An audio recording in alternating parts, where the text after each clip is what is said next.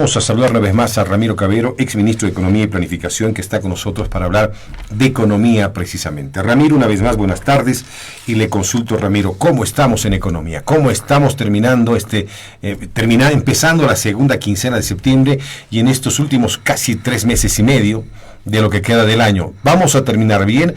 ¿Nos va a alcanzar la platita para pagar aguinaldos? ¿Va a haber empleo para la gente que no tiene empleo? ¿Cómo percibe ese panorama, que un poco tal vez irrisorio para algunos y son negativos en otros casos? Pero usted, que tiene la mirada puesta en los números y en la prospección, díganos qué va a pasar hasta fin de año. Bueno, gracias, Gonzalo. Yo partiría con que en el mes de abril se aprobó la ley del oro en diputados, posteriormente en mayo en el Senado, y previo a esto hubo una gran discusión. Habíamos quienes sosteníamos que esa ley tenía un solo objetivo, que era vender las reservas de oro del Banco Central de Bolivia, reservas que se habían acumulado desde antes de la UDP y que nunca un gobierno había animado a vender el oro.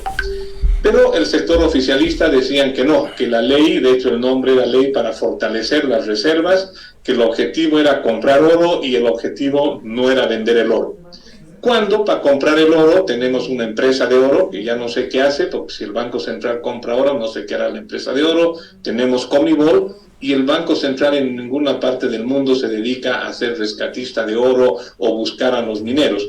Invierten en oro, sí, pero es un oro internacional, certificado, etc. ¿Cómo lograr entonces que los mineros vayan a venderle oro al gobierno si solamente ha comprado el Banco Central 68 kilos en 2 meses? Exactamente, pero no solo eso, sino que ahora salió este informe, porque el Banco Central ya no publica datos, pero como en la ley estaba obligado, sacó un informe, y el informe es muy triste porque lo primero que nos dice es que desde la aprobación de la ley del oro se vendieron 17 toneladas de las 21 que se habían autorizado, son más o menos 1.059 millones de dólares, pero lo peor es que de esa venta prácticamente todo se ha gastado. ¿En qué se ha gastado? Básicamente no dan el detalle, solamente dan las cifras gruesas y muestran que cada mes en Bolivia hemos tenido más salida de dólares por importaciones, por pago de deuda, por lo que fuese, que lo que entra de dólares por exportaciones, por créditos y por inversiones. Y ese saldo en los últimos 4 meses, básicamente mayo, junio, julio y agosto, ha significado 975 millones de dólares de déficit, y eso se ha financiado con la venta del oro. Entonces, aquí en poco tiempo, 4 meses después, podemos confirmar que el objetivo de la ley era vender el oro, porque efectivamente se ha vendido prácticamente todo lo autorizado. No tenemos datos de septiembre, pero es claro que seguramente ya se ha vendido todo el oro. Y no se ha resuelto el problema. Nos decían que el tema de la escasez de dólares iba a ser provisional.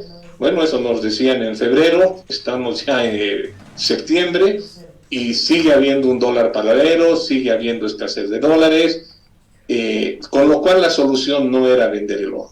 No se ha tomado ninguna medida importante y por lo tanto la situación no ha cambiado. Y yo recuerdo que justamente cuando hablamos de esta posibilidad de la ley del oro, que yo siempre dije que no iba a solucionar y que íbamos a seguir en lo mismo, y tal como ocurre en la Argentina, lo único que ha cambiado es que el gobierno ya se ha dado cuenta que no justifica perseguir librecambistas, y los han dejado de perseguir, y ahora es más libre la transacción de dólares, pero efectivamente cuesta conseguir dólares, al tipo de cambio oficial es prácticamente imposible. Entonces, esa es la triste noticia. Y a este ritmo, primero lo que ocurre es que si uno se pregunta cuántas reservas nos quedan hoy día, pues no tenemos el dato exacto, pero se estima que en oro nos quedan más o menos 1.600, que en teoría ya no se pueden vender, y quedarán 300, 400 más a fines de agosto, ya no tenemos el dato de septiembre, con lo cual esto ha continuado la situación y no ha cambiado nada. Lo único que ha cambiado respecto a hace 4 meses es que hoy tenemos 17 toneladas menos de oro, es decir, 1.000 millones menos de reserva. Eso debería preocuparnos a los bolivianos cuando se dice no hay 17 toneladas de oro, solo quedan en reservas media tonelada. Aunque también es importante recordarle que el oro no se queda físicamente en el banco, tiene que moverse, tiene que salir fuera. Para que la gente tenga claridad, ¿Esto es muy grave que no estén físicamente las toneladas de oro en el Banco Central, las bóvedas? No, eso no es grave mientras sigan siendo del Banco Central. De hecho, el oro que está fuera, que es todo el oro que se tenía prácticamente, tiene una calidad superior porque está refinado, ha pasado por una serie de certificaciones, de tal manera que es muy sencillo vender. El oro que están comprando, que apenas 68 kilos en el informe, luego sacaron una noticia que habían llegado a 200 kilos, igual no es nada. Ese oro tiene otro valor, ese está en el Banco Central. Lo grave es que lo que se tenía antes afuera, que eran prácticamente 43 toneladas, se han vendido 17. Y uno dice, ¿y dónde están? Ya no hay. Desaparecieron, se gastaron en seguir financiando un déficit fiscal que es muy alto y un déficit de balanza de pagos. El déficit fiscal, ¿por qué es tan alto? Y hay que entender por qué esto nos afecta al déficit de balance de pagos. El déficit fiscal es que el gobierno gasta mucho más de lo que ingresa. Solo para dar un ejemplo, en salarios, en el año 2005 gastábamos $1.000 millones, hoy día gastamos $8.000 millones. 8 veces más en dólares que lo que gastábamos en el 2005. Obviamente, ¿qué hace ese gasto adicional en bolsillo de la gente? La gente consume parte producto nacional, pero parte importado, y por eso se van los dólares hacia las importaciones. Y ocurre lo mismo con el resto del gasto corriente. En el 2005 eran $1.300 millones, hoy día son $13.000 millones. 10 veces más, 8 veces más en salario, 10 veces más en otros gastos.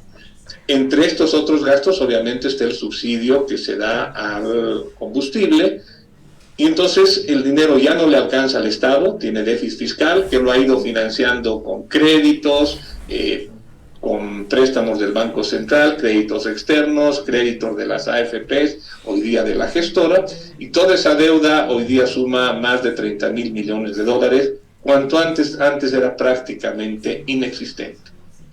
Entonces, cuando uno ve que tienes una deuda de más de 30.000, te has gastado en reservas de más de 14.000 que teníamos, a lo poco que nos queda ahora, son más de $45.000 millones que el país se ha gastado en financiar una situación que era insostenible. Uh-huh.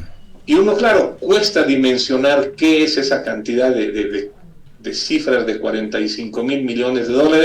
Yo lo pongo muy sencillo: si en vez de financiar la fiesta de déficits por todos lados, si hubiesen tomado medidas, hoy día ese dinero es equivalente como para darle a cada boliviano casi $4.000 a cada boliviano. Imagínense lo que nos hemos gastado de dinero que podíamos haberle dado hoy día a cada ciudadano de Bolivia $4.000. Eso nos dijo Linera, que teníamos cada boliviano ese dinero en nuestros bolsillos. Eso es lo que nos dijo Linera en su momento, ¿no?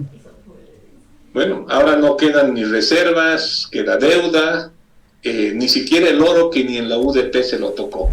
Y la única solución, tanto en las familias como en los gobiernos, es o aumentas tus ingresos o reduces tus gastos. Cuando tú tienes un déficit, puedes tenerlo un tiempo, pero no permanentemente. Y eso se soluciona o aumentando ingresos o reduciendo gastos. Y la causa fundamental de por qué nos ha ocurrido esto es que entre el 2005 y el 2014, el boom de hidrocarburos, que se exportó a precios altos, pero además volúmenes altos, no se lo administró bien, y la producción de gas hoy día es 2/3 de lo que teníamos, y la producción de líquidos es la mitad.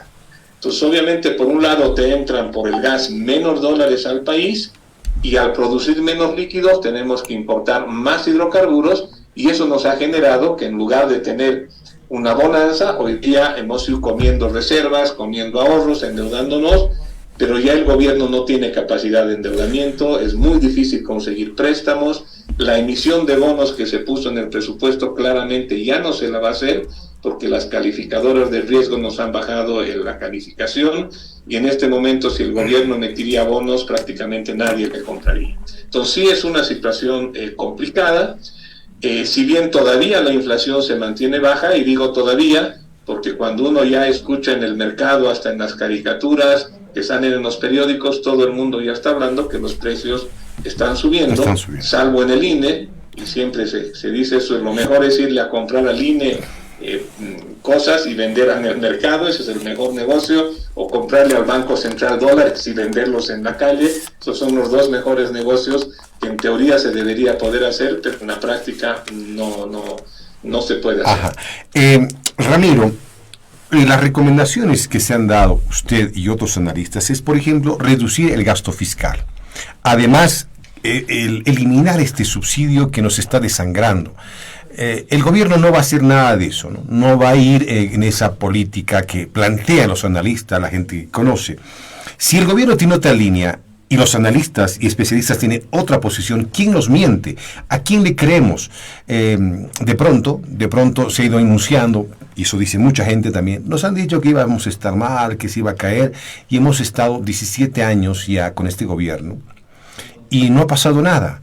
Es la mejor economía de la región, la menos inflacionaria, un Producto Interno Bruto altísimo, estamos bien. Entonces, ¿qué nos viene a decir estos señores? Que reduzcamos el gasto fiscal y evitemos el subsidio a los carburantes. ¿Cómo la gente podría entrar en sincronía? Porque por un lado nos dice una cosa el gobierno y por otra los especialistas y analistas. Yo te compraría la situación como una familia donde el esposo se queda con menos sueldo o lo botan del trabajo y consigue otro donde gana menos y no ajusta su nivel de ingresos, pero empieza a comerse todos los ahorros que tiene y empieza a prestarse. Claro, en un inicio todo va a mantenerse igual, pero sabemos que eso es insostenible. Puedes aguantar un tiempo comiéndote tus ahorros y prestándote, pero va a llegar el momento en que la gente ya no te va a querer prestar porque ya tienes dificultad para pagar, porque tus indicadores empiezan a decir que no, y llega el momento en que se te acaban los ahorros. ¿Qué es lo que nos está ocurriendo? Cuando de reservas teníamos 14,000 millones, sí, teníamos mucho ahorro y uno dice aguanto. Pero ahora ya solo quedan aproximadamente 2,000, de los cuales en teoría no se pueden tocar 1,600 porque es el oro que es las 22 toneladas que de acuerdo a la ley el gobierno debe mantener.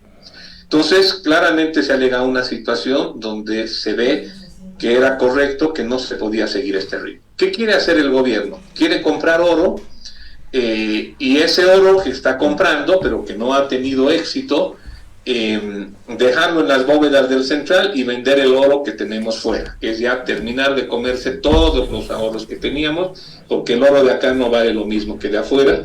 Veremos si consiguen aprobación en la ley y si la gente les quiere vender el oro, porque todo este tiempo que ha pasado no les han vendido. La segunda opción que está manejando el gobierno es vender el litio por adelantado, es decir, que alguna empresa venga, les pague 2,000, 3,000 millones de dólares y se le entregue el litio por anticipado. Eso no creo que tengan éxito, pero cualquiera de estas medidas sigue siendo lo mismo, endeudarse más, terminar de gastar los ahorros, y eso es insostenible. Entiendo la decisión política de que no se quiere tomar medidas antes de la época electoral, pero eso a veces es muy peligroso, empezar a alargar los tiempos cuando la situación no da. Y no solo son los analistas, son calificadoras de riesgo, los propios técnicos del gobierno. De hecho, la mejor prueba es que este informe que ha sacado el Banco Central, lo han sacado, nadie ha salido a dar una explicación, no contestan preguntas, no publican datos de reservas, no publican datos de deuda, no se publica ya información. Hemos entrado, el otro día veía una caricatura ahí en el diario, creo que era, donde alguien que quería saber cuál era el dato de reservas tenía que ir a preguntarle a un yatiri que lee en Coca, porque ya no se publican datos. Hemos llegado a un nivel que desde afuera se lo ve muy crítico, por eso las calificaciones de riesgo, y que el gobierno poco a poco ha ido reconociendo. Hace unos tiempo atrás, por lo menos el presidente reconoció que en el tema de gas estábamos mal. Él dijo que habíamos tocado fondo. Yo creo que no, todavía no hemos llegado al fondo, todavía se está produciendo, pero en la medida que no se descubran nuevos pozos, sí vamos a ir yendo hacia el fondo y estamos en ese camino. Y algún rato van a tener que reconocer que la situación económica no va. Ya la inversión pública se ha desacelerado enormemente. Este año se puso en el presupuesto alrededor de 4,000 millones de dólares. Y seguramente cuando se publiquen datos veremos que no se está ejecutando eso. De seguir así, de seguir con estos gastos, con este gasto fiscal, con este subsidio y otros gastos también que se están desarrollando, ¿cuánto tiempo de vida tiene el país económicamente hablando? Porque nos estamos yendo al despeñadero por cómo estamos avanzando y la gente que menos tiene es la que más va a sufrir. ¿Cómo vamos a estar hasta fin de año? Lo que ocurre es que los países no quiebran, por definición, pero lo que ocurre es que la gente cada vez va a estar con más dificultad para conseguir dólares, los precios van a ir subiendo más, y es lo que vemos en un país vecino como la Argentina. Yo recuerdo que en marzo fui a la Argentina y en broma les decía a mis amigos, estoy haciendo un viaje al futuro. Y no estaba tan equivocado, porque ahora ya viven años con el tipo de cambio paralelo, nosotros meses, pero la gente se va acostumbrando, entonces la gente empieza a acostumbrarse a una situación donde no hay dólares, donde los precios suben, donde el desempleo aumenta, y Argentina lleva años en esa situación, y lo triste es eso, que si no se toman medidas, estas situaciones en vez de solucionarse, se pueden alargar durante muchos años, ¿no? Si recordamos la UDP, pues estuvimos muchísimos años en una situación mucho más crítica que la de ahora, hasta que se tomaron medidas. El tema es que si no se toman medidas, esta situación se va a ir empeorando y empeorando. En el caso del agua, lo que la gente pide siempre es sinceramiento, claridad, transparencia y además honestidad de lo que va a ocurrir. Que no nos sorprenda como el 2016, que vino un racionamiento de agua en algunas zonas de La Paz y la gente tuvo que, sin plata, comprar tanques, hacer gastos excesivos. En este caso es importante que las autoridades le digan a los bolivianos qué tipo de previsiones deben tomar, qué no hacer, en qué no gastar la plata como si fuera el último cumpleaños, la última fiesta, comprar de todo. Ese sinceramiento nos está haciendo falta porque si bien el gobierno dice no voy a quitar subsidios, no voy a reducir el gasto fiscal, entonces la gente estamos tranquilos, estamos bien, de pronto pensarán hasta en el segundo aguinaldo. Eso no es honesto, no está bien con la gente decirle. ¿Qué debería decirle el gobierno a los bolivianos para que tome previsiones? Bueno, lo primero en el tema del agua es que esto es algo que se puede prever. Y el gobierno, con todos los recursos que teníamos, deberíamos haber invertido en tener más represas, depósitos más grandes de agua, hacer una serie de inversiones para que justamente no tengamos esta escasez de agua. El primer tema era prevenir esto, porque esto no es algo nuevo. Todos sabemos que hay épocas de lluvia, hay épocas secas que son bastante más largas, hay épocas secas que son más cortas, pero no es algo que nos sorprende, esto es normal. Entonces uno debería haber prevenido esto y hacer las inversiones necesarias para tener mayores represas, porque es más ciudadanos que lo que eran hace años, se consume más agua en tener mayores represas, mayores medidas. Y ahora efectivamente es tarde para hacer esas inversiones, pero como tú dices, lo más claro sería que nos den la información lo más concreta posible para que la gente tome medidas, pero para mí lo peor fue no invertir.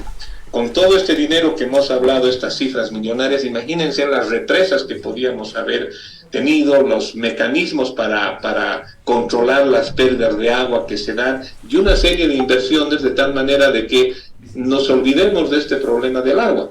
Antes no teníamos estos problemas de agua, pero obviamente en la medida que la población ha crecido y no se han hecho inversiones, ya las represas no son lo suficiente como para darnos la garantía de tener agua todo el año como ocurre en otros lugares. Permítame recordar lo que decía el viceministro Gustavo Torrico, quien decía que no está en sus manos el tema de la minería ilegal en el país. Si cierras, decía él, la minería, te quedas sin plata porque es una fuente de dinero muy fuerte para Bolivia. Y si les dejas que te quedas sin, te quedas sin agua. Bebamos oro o bebamos agua, ahí hay una disyuntiva. Dice, escuchemos por favor a ver lo que decía esta autoridad. Incluso uno de los comunarios decía, el policía, el comandante, el que comanda en Apolo, los protege, ellos viven en el lugar, están dando testimonio, fe de que ellos están viendo esa situación. Sí, es muy posible que sea así. Hay que ver, como le digo, las condiciones de presencia de Estado. Eso habrá que ajustar ahora. Lo que pasa es que siempre se desatan los problemas cuando ya te llega la crisis. ¿Desde cuándo hay minería? Pero desde cuándo se ha venido advirtiendo de la crisis del calentamiento Algunos se reían, la tierra se va a calentar, pero sí se calienta. Los científicos, unos dicen que no puede, y los otros en una conferencia hace un mes en los Estados Unidos decían, 1 grado más, se puede calentar nada más la tierra, no hay problema. O sea, no lo sé, no, pero a nosotros nos está afectando muy fuerte. Ya estamos en la crisis, entonces ahora todos tenemos que solucionar la crisis y poner de nuestro lado. No, el Estado obviamente que tiene que hacer presencia más fuerte, pero eso se lo discutirá un poquito hacia adelante. Pero ¿cómo se hace eso? No tengo idea ahorita porque no tengo que hacerlo yo solo. No, es un tema estatal. Hay que saber, como le digo, equilibrar el tema social, el tema minero, el tema económico, no, porque si tú le entras con fuerza y cierras la minería, a la fuerza, cierras la minería, te quedas sin plata. Es una fuente muy fuerte para el Estado de dinero. Te quedas sin plata. Listo. Ahora, si les dejas, te quedas sin agua. Ahora, ¿bebemos el oro o bebemos el agua? Y ahí la disyuntiva. Pero eso son políticas de Estado que no están en mis manos. ¿Tenemos políticas de Estado en el país en relación al tema minero, por ejemplo? Sí, lo que ocurre es que la ley se la debería respetar. Porque aquí la gran contradicción es que uno dice, minería ilegal hay que dejarla nomás. Si es ilegal, tiene que pagar impuestos, tiene que ser legal. Y si se hubiese invertido este dinero, en vez de gastar en subir los salarios de 1.000 a 8.000 personas, o bueno, partes aumento salarial, parte crecimiento, en lugar de eso se hubiese invertido, pues nosotros podríamos tener claramente minería legal, que pague impuestos legales y que no contamine el agua, y tener ambas cosas. El error ha sido que durante el boom que hemos tenido, que ha sido extraordinario, no se ha invertido el dinero adecuadamente, nos lo hemos gastado, es como una familia que recibe una gran herencia, y en lugar de invertir, hacer estudiar a los hijos, se la pasan de fiesta en fiesta, hasta que llega un momento en que se acabe el dinero y efectivamente ya hay que empezar a hacer cosas ilegales para vivir. Ese es más o menos lo que nos ha ocurrido. Lamentablemente, cuando había el boom y uno decía, no hagan fiestas, inviertan, no se farreen la plata, pues la gente, como está en la fiesta y hay plata y sigue habiendo, todos están felices, pero esto llega la crisis y ahora tenemos estos problemas que son muy complicados y que no se informan a la ciudadanía. Por el contrario, se decide no publicar datos, no dar información, desaparecer, no dar conferencias de prensa, etcétera, etcétera, que no es la solución. Yo creo que como en toda familia no queda otra que hacer un esfuerzo por ver de dónde incrementar los ingresos. Uno de ellos es justamente, si hay minería ilegal, es legalizarla para que pague impuestos, para que no contamine, que trabajen y que tengan sus utilidades razonables, está bien, pero que le aporten al Estado. Y 2 es reducir el gasto. Que hayamos pasado de 1.000 a 8.000 en salarios es una barbaridad, porque el país no ha crecido 8 veces y no se necesita tanto funcionario público. Y obviamente si subes en personal ese gasto, claramente subes también en luz, en agua, en viajes, en viáticos, en todo lo que va alrededor de cada funcionario público. Entonces hay que hacer una reducción muy importante del gasto, porque si no, no se va a resolver esta situación. Y si bien nos podemos acostumbrar, como ya nos hemos acostumbrado a la escasez de dólares y todo esto, no es lo ideal y no es lo que te atrae inversiones, y ya la información que va saliendo nos va poniendo a un país donde ya no es tan atractivo venir a invertir. El tema del gas nos ha pasado eso, cuando se decía, están mal los costos recuperables, es mejor que sea de frente, que se incentive la exploración, nos decían lo mismo. Hoy día recién se reconoce, 14 años después, de que efectivamente fue un error la política de gas. Por lo menos en las reservas, 4 meses después, ya se están viendo los datos que son irrefutables, que no era una ley para comprar ni para fortalecerlas, era para gastarse lo último que nos quedaba de oro. Le agradezco mucho, Ramiro. Incluso en el informe utilizan una conversión de oro a divisas. Yo nunca he escuchado que tú conviertas tu auto en pesos, o sea, tú lo vendes el auto. Y eso así, por no decir que han vendido el oro, utilizan la palabra conversión. Cuando lo más franco es decirles, hemos tenido que vender el oro porque no hay dinero y nos lo hemos gastado, y los que decían que la ley era para vender el oro tenían razón, y no fue una ley que fortalezca la reserva. Ramiro, gracias por su tiempo, como siempre. Gracias, nos quedamos con ese sabor amargo de lo que podría ocurrir la economía en los próximos días, semanas, meses en relación a esta falta de criterios en el manejo económico. Gracias, Ramiro, por su panorama informativo que nos plantea. No, pues a ti, Gonzalo, muchas gracias y a todos los que nos ven y escuchan por este medio. Un abrazo, gracias a Ramiro Cavero.